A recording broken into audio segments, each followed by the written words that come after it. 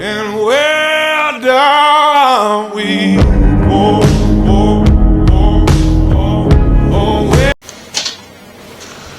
What's up, mi gente? Welcome to another episode of Night Riders Podcast, where we give you the 411 on all the nonsense that's going on out there.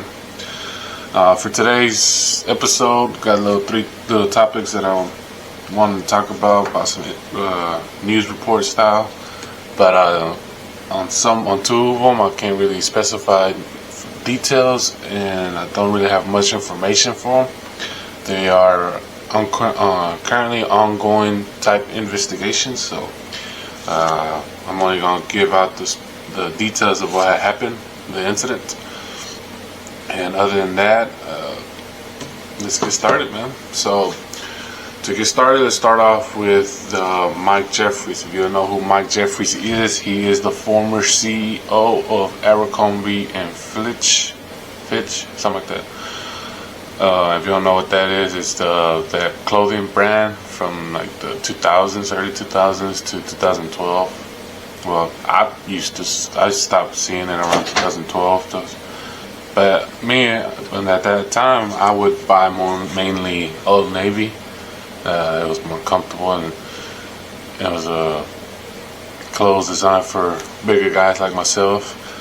I mean, don't get me wrong, I fit into what's it called, Express. If you don't know Express is like a lot higher top. Well, at the time, now it's not really that expensive, but at the time it was for the high top skinny people. It was very expensive too, but I used to fit into Express. Guess was really my favorite type. I like Guess the most, really. Or Hollister. I never really wear Hollister, but it's a clothing brand for the young kids. It was like very high top clothing. Back then, nowadays, that I don't think really people care. Well, now we got Gucci, Louis Vuitton, all that. So it just slowly died out. I know that Conroe used to have Guess.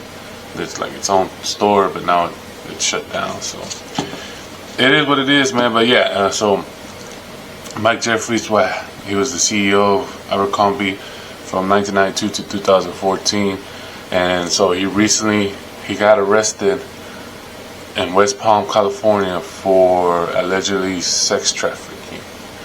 And he was caught sex trafficking along with two other associates, I think. But this one is kind of tripped out because when the day he got arrested, that same day, later that day, he was bailed out.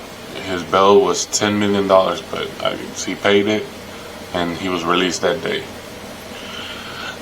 Now, what I'm getting at is the fact that how is it that he was able to, and he's a white guy, he's an older white guy, he was able to get out on bond, and P. Diddy, offer all this assets that he has, and was denied bond. He was denied bond like 3 times. How is it P. Diddy's not getting, not being released? Like, the heck? I know y'all gonna say, well, P. Diddy this, P. Diddy, but the thing right now, you gotta understand, the thing right now, P. Diddy is only being charged with sexual abuse. Oh, besides, I am wrong.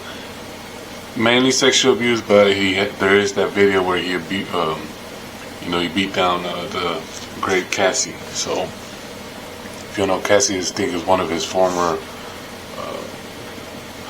not gonna say wife, because his wife was Kate Palmer, which there's another little conspiracy that he was involved with her being passed away. So, but I think Cassie was like his lover.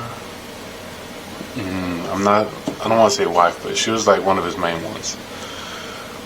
But like I was saying, P. Diddy right now he's only got sexual abuse charges, not really, sex trafficking as well. Not really much charge on anything. I know there's people saying they got videos, but I haven't seen no videos. If you see them, please send me the link or let me know where to go see them, because I haven't seen no videos. I've seen people posting all kinds of random pictures saying that these these were on the videos, but I don't know what these people are talking about. I haven't seen nothing. I have. Damn, my voice kind of trippy. But anyway, so continuing on Mike Jeffries.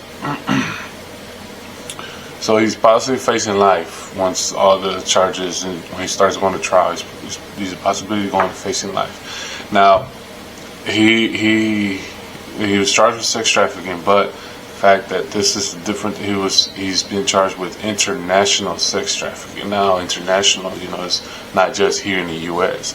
He was doing it other countries. Other countries are involved and this is from 2008 to 2015, where the other countries. Again, I'm allegedly gonna say, I'm not 100% sure, but what I found is that from 2008 to 2015, he was doing sex trafficking and prostitution in England. Where at? England. I know where that. England, France, Italy, and Morocco. And there's other places too, but that's mainly one. And these victims that he got were as young as 19 years old. 19-year-old kids. He was sex trafficking them. Now you're wondering how he get these people, right? How did he convince them, or So one of them came out. I guess they interviewed him and stuff. He ran into one of the other associates. He ran into him and they told him that he was a recruiter. He was a recruiter, and they were offering him contracts. So all kinds of other deals and stuff, that he was going to be modeling for Abercrombie, and I'm assuming allegedly that's what's going on. That's what they did to them. They offered him all kinds of stuff.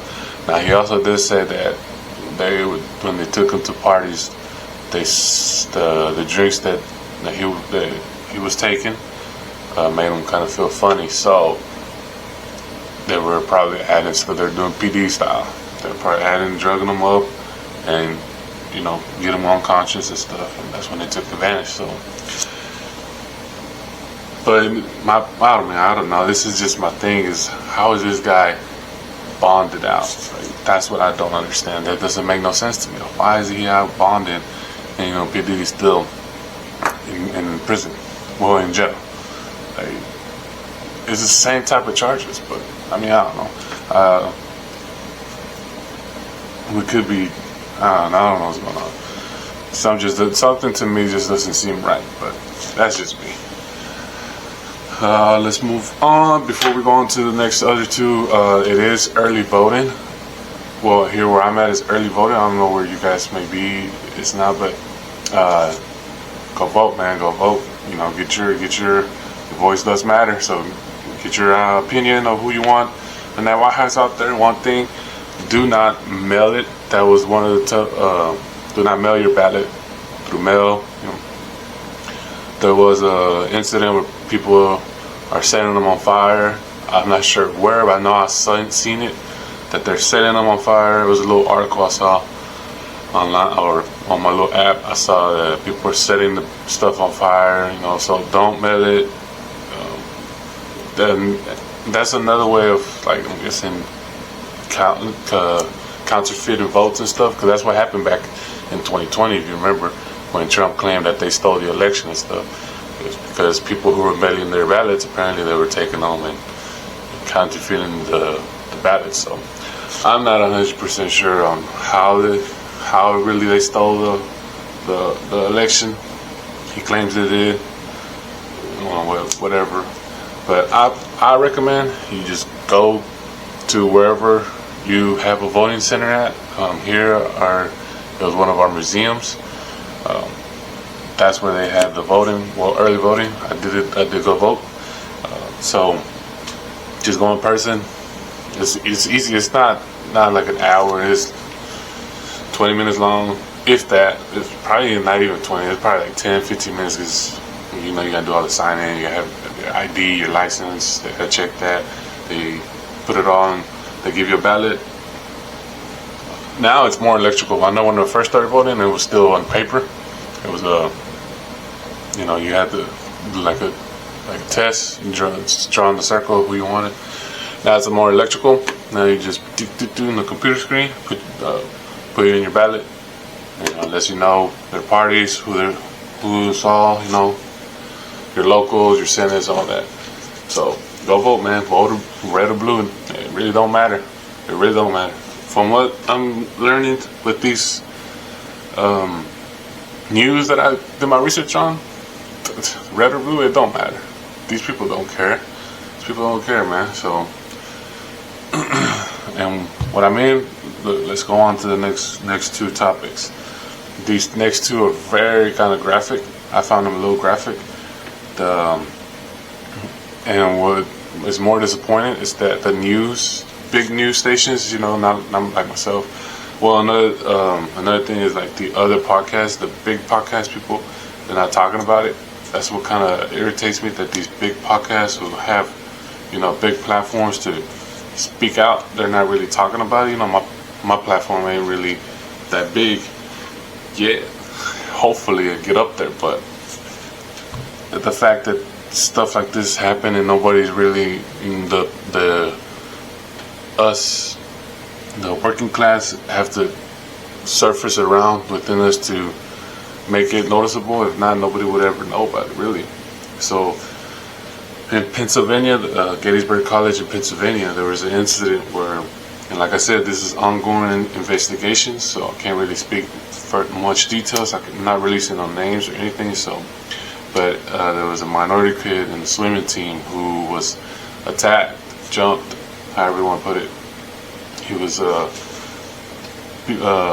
physically abused by his other teammates, his own teammates, physically abused.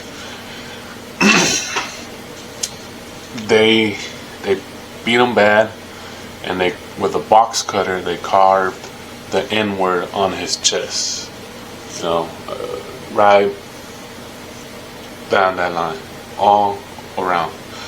They carved it with a box cutter. That's man. If you cut yourself and stuff, that stuff hurts. So physically, someone carving that word on your chest, that shit hurt. That's crucial. That's very crucial. This is something you read about in history books, what they did back in the days. For it to be 2024 and you hear this today, that's ridiculous. That's very ridiculous. I thought we were past all this, but apparently we're not. We're still fighting, minorities, us colored people still fighting for not rights, but we're still fighting for at least peace. That's all we want, is peace. We don't want nothing else. $1 million wouldn't hurt, but people just want to get up, go to work, and just do their peaceful living. I don't know why those kids that were involved were suspended from school. That's all they got. Well, right now, they were just suspended from school. So I'm gonna say that these kids that committed the crime, either their parents or they know someone on higher top, and that's why they're not getting this much consequences. They're not facing much consequences. They're letting them kind of get by. So there's abuse of power in the way. I see it in that way. Because we do have a lot of people who abuse power. There is people out there like that. And politicians are the number one people who like to abuse their power. And if you don't agree with me, that's your opinion. But the way I see the research I've done, politicians are the number one people who kind of abuse their power. Like, for example, the Menendez brothers. I'm sure his parents. They said their parents did all kinds of stuff to them. I watched both documentaries, did a little research. They claim, and they said that they reached out to family members and nobody would do anything, but because, well, allegedly, what I'm thinking, the dad was gonna run for Senate in Florida. So stuff like this cannot surface. You have to find a way to hide that type of stuff. But who knows if it's true, if they did if the dad really did abuse them, I think the kids did. Well, I'm not gonna say they did right by doing what they did, but I think they could have just gone to the police station really and just say, hey, we're being so abused for years. Kind of put it out there. Put it out there. I would have been better not having to shoot them. So honestly, in that type of story, if I'm talking about that type of story, is that I feel like kids were abused so much, it turned them physically and mentally, turned them crazy. And what sparked the ignition of them committing this crime was the fact that their dad had told them they were no longer in their will. So, because after the incident, they got caught maybe a year later, 2 years later maybe. So they got caught afterwards, after the incident happened. I mean, there was an ongoing investigation going on, but what made it noticeable was, they got all the money, all the money their parents had in the will, and they just started spending like crazy. So it kind of made it obvious that, check them out. I honestly think it's because of the abuse of power. But check it out. Look into it yourself. Watch the documentaries; they're pretty interesting. But let's get back into. I went sidetracked, but let's get back into this. So it's really crazy when I read this, and I'm just like, wow. I cannot believe there's people still out there doing this. And so the family wants answers. They're calling this a hate crime, which I don't really disagree with that. It's abuse of power and really a hate crime. So it's crazy, man. I can't believe they did that.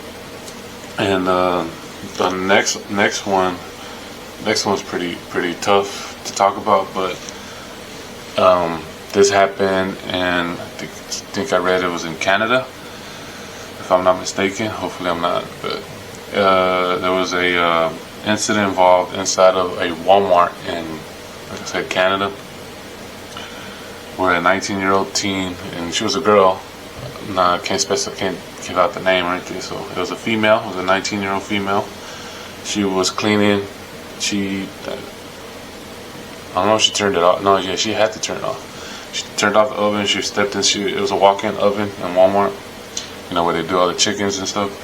And she was cleaning it out, and allegedly the door had closed and locked itself, and she burned to death. She passed away inside that oven, burnt, and nobody found her except her mom. Her mom was the one who found her inside the oven, which that to me is ridiculous. How is it that Walmart did not find her or see where she was at and stuff, knowingly well they have all kinds of cameras everywhere inside? I mean, you walk inside, even when you go get a toothbrush, toothpaste, they have cameras right there watching that aisle. So every single aisle has a camera, and yet they didn't know that she was in there. So this is where this is why it's still ongoing investigation, because some people are considering this murder, because the investigator, they went in, they walked on the crime scene and checked that down. They tested the door. The door does not shut in the zone. The door has to physically by someone else be closed and locked. Same as the oven. The oven doesn't turn itself on when the door closes. You have to press a button and it turns that oven on. So this allegedly is looking like a real murder scene. So, but they claim it was an accident. So we'll have to go from there and see what happens. So I'll give y'all further information on my next episode. See what's going on this. Keep y'all updated on all that. But from what I take, when I was doing my research on this stuff, what I was taking on all three of these items is, man, racism still lives. Racism still lives, and abuse of power. We're facing that, and we need to make not words, but we need to kind of just cut this off. You know, we can't.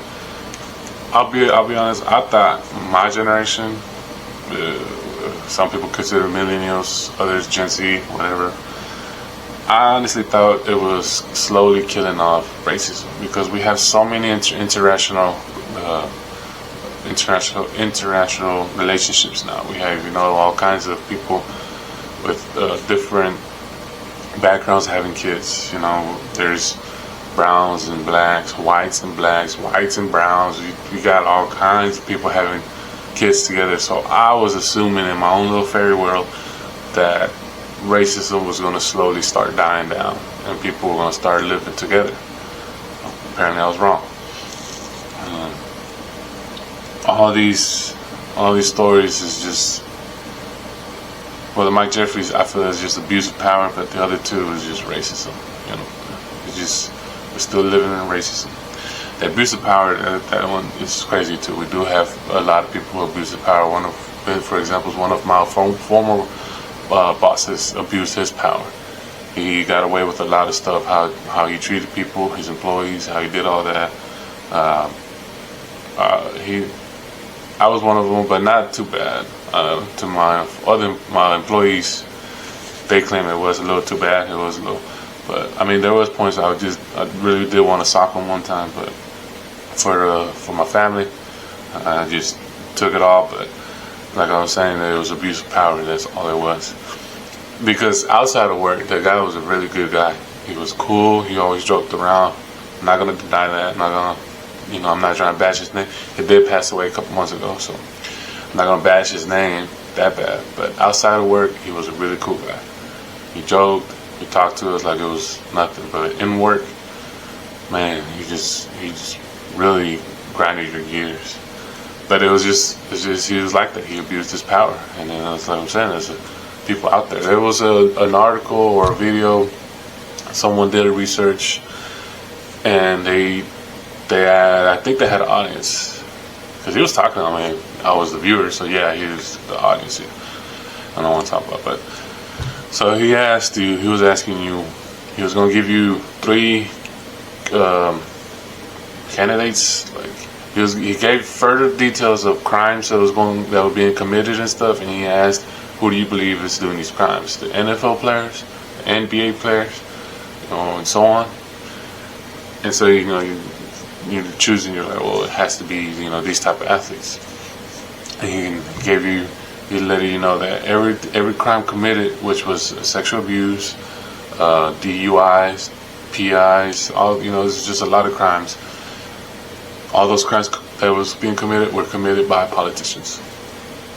Excuse me. Politicians were out there committing all these type of crimes, and it's kept under the radar because it's abuse of power. They're politicians. They try to get away with all kinds of stuff. So I'm trying to get to is my point is that we need to start speaking out on these stuff. Everybody's speaking out on P. Diddy. P. Diddy was just a little puppet. Honestly, he has his master. P. Diddy went down because he tried to sue his own masters on his tequila, because he was trying to get into the tequila business. He was trying to make his own tequila, and I'm thinking that, well, can't be thinking. There was for a fact that he did not like his deal, his contract, or the money he got, and I guess it wasn't his. It was not involved. It was not what he was agreed to. So he sued the people, and those people up there have pissed him off, and that's why they shut him down. That's why he's going through all this nonsense right now.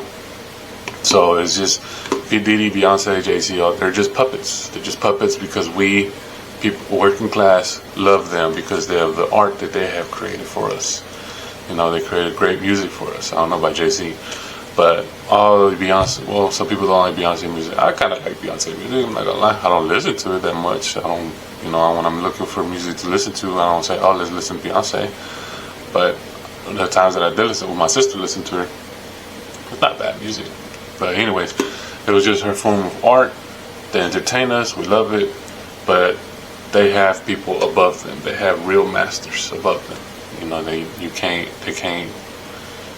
go against them at all. And that's what that's what this is all about.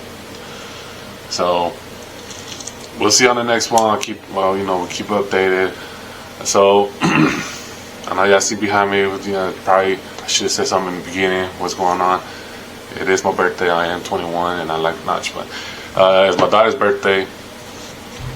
When you see in this video, we're about to celebrate.